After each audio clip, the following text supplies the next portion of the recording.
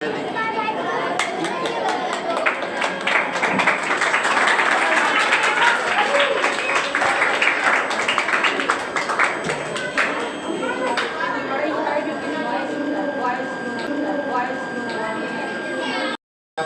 सिर्फ दो बातें करूँगा।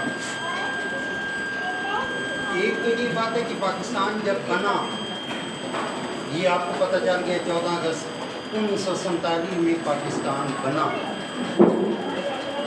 हमें ये सोचना है कि ये क्यों बना था, इसकी ज़रूरत क्यों पेश आई, ये हमें सोचना है। इसको हमने पढ़ना है, इसको हमने स्टडी करना है।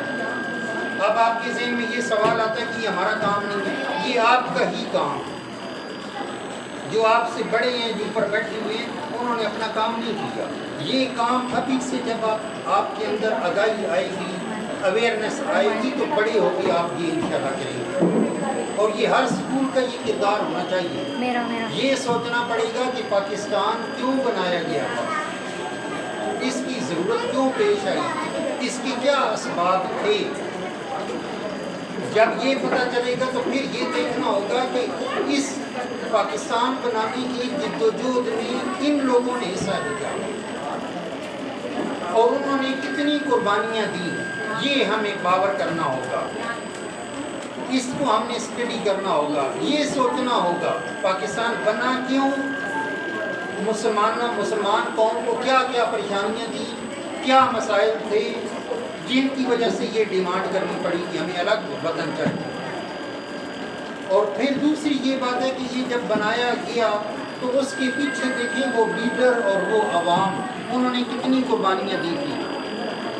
अब यहाँ तो एक कांटा चुभ जाए, ज़रा सा खून निकल आए, जैसे ये है हमें बुखार हो गया था, हम तकलीफ में थे, हमें परेशानी हो गई थी, हम बीमार थे, हम तो यही नहीं कर पा रहे कि हम घर से उठ के यहाँ पे आए। और वहाँ इतनी कुर्बानियाँ दी गई थी कि गलियाँ खून से बहती थी, इतनी कत्लो गारत गरी हुई थी आज़ादी के पीछे, इतनी अवाम की जिद्दोजहद थी। तो ये झंडियाँ लहराने से काम नहीं चलेगा, ये देखना पड़ेगा कि फिर इसके पीछे लोगों ने कितनी मेहनत की, कितनी लगन के साथ कोशिश की, कितनी कुर्बानी दी, जान की, माल की, कितनी स्ट्रगल की। आज क्या हम वो स्ट्रगल कर रहे हैं? हम तो अपनी 2, 4, 5 किताबों के ऊपर भी स्ट्रगल नहीं कर पा रहे कि हम आगे बढ़ें और इसको हम याद करके आगे बढ़ें। हम आगे कैसे बढ़ेंगे? कोई कौम भी डिसिप्लिन के बगैर तरक्की नहीं करती। अच्छा चलिए, अब ये पाकिस्तान बन गया, मुख्तसर बात है, पाकिस्तान बन गया। 2 वर्ड हैं अंग्रेज़ी के, ये बड़ी क्लासों को पता होना चाहिए, यानी छोटों को नहीं पता। एक है हाउस, HOUSE, हाउस, और एक होता है होम, HOME, होम। दोनों में फ़र्क क्या है? हाउस उसको कहते हैं जो मकान है। जब आप बाहर निकल जाएंगे तो ये जो सारी बिल्डिंग है, ये इतने कमरे हैं, ये दफ्तर है, ये सारी चीज़ें हैं, ये क्या है? ये हाउस है। क्या है? मकान को हाउस कहते हैं। और होम कब बनता है? जब आबाद हो जाता है, जब उसमें आप लोग रहना शुरू कर देते हैं। आपके घर, आपके वालिदैन, आपके बहन भाई जब उस घर में रहते हैं तो वो होम है आपका। हाउस खाली मकान है।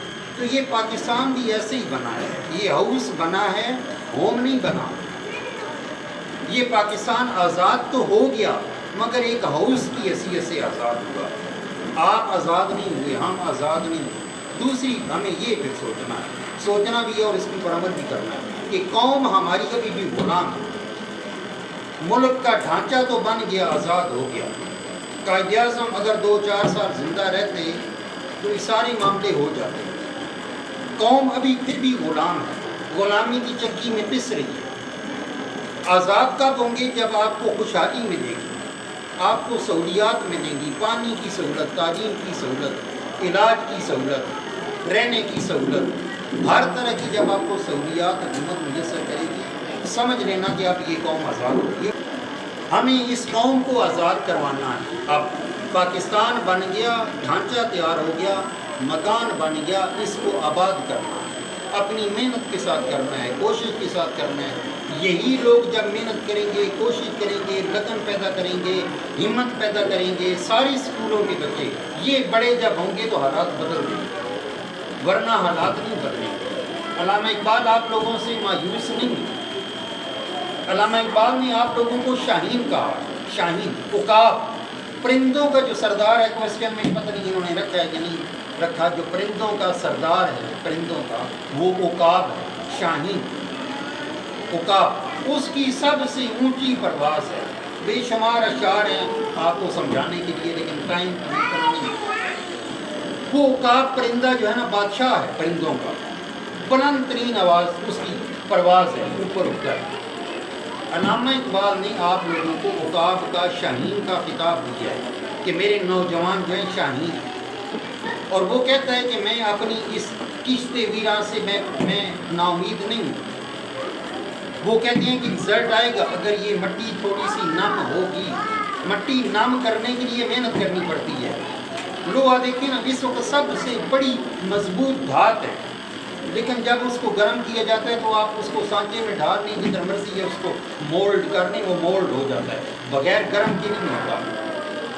جب وہ مولڈ ہوتا ہے، کسی سانچے میں ڈلتا ہے، بڑی محنتیں اس کے اوپر کرنی پڑتی ہیں، اس کو خود بڑی تکلیف ہوتی ہے، آگ میں جلتا ہے، تب جا کے وہ مولڈ ہونے کی قابل ہوتا ہے۔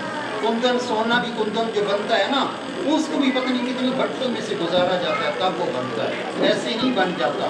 آپ گھر بیٹھے بیٹھے ڈاکٹر نہیں بن جائیں گے، انجینئر نہیں بن جائیں گے، پائلٹ نہیں بن جائیں گے، اس کے لیے اسٹرگل کرنی پڑے گی۔ اس نے کہا تھا کہ یہ مٹی اگر نم ہو تو یہ ایک بڑی زرخیز ہے۔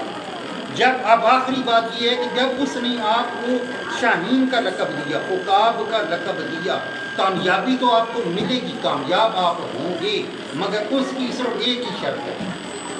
کون سی؟ آپ عقاب بنے، عقاب، کبے نہ بنے، چڑیا نہ بنے،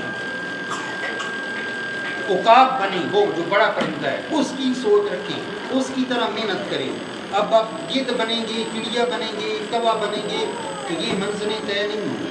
تہیہ کریں کہ جھنڈیاں لہرانے سے انقلاب نہیں آئے گا، جھنڈیاں لہرانے سے، کیک کاٹنے سے نہیں آئے گا، نعرے لگانے سے نہیں آئے گا، اسٹرگل سے آئے گا، قربانیوں سے آئے گا، محنت سے آئے گا۔ یہ پیغام ہے۔ 14 اگست ہم ہر سال مناتے ہیں، ہمیں یہ دیکھنا ہوگا کہ اس کے پیچھے کیا پیغام ہے۔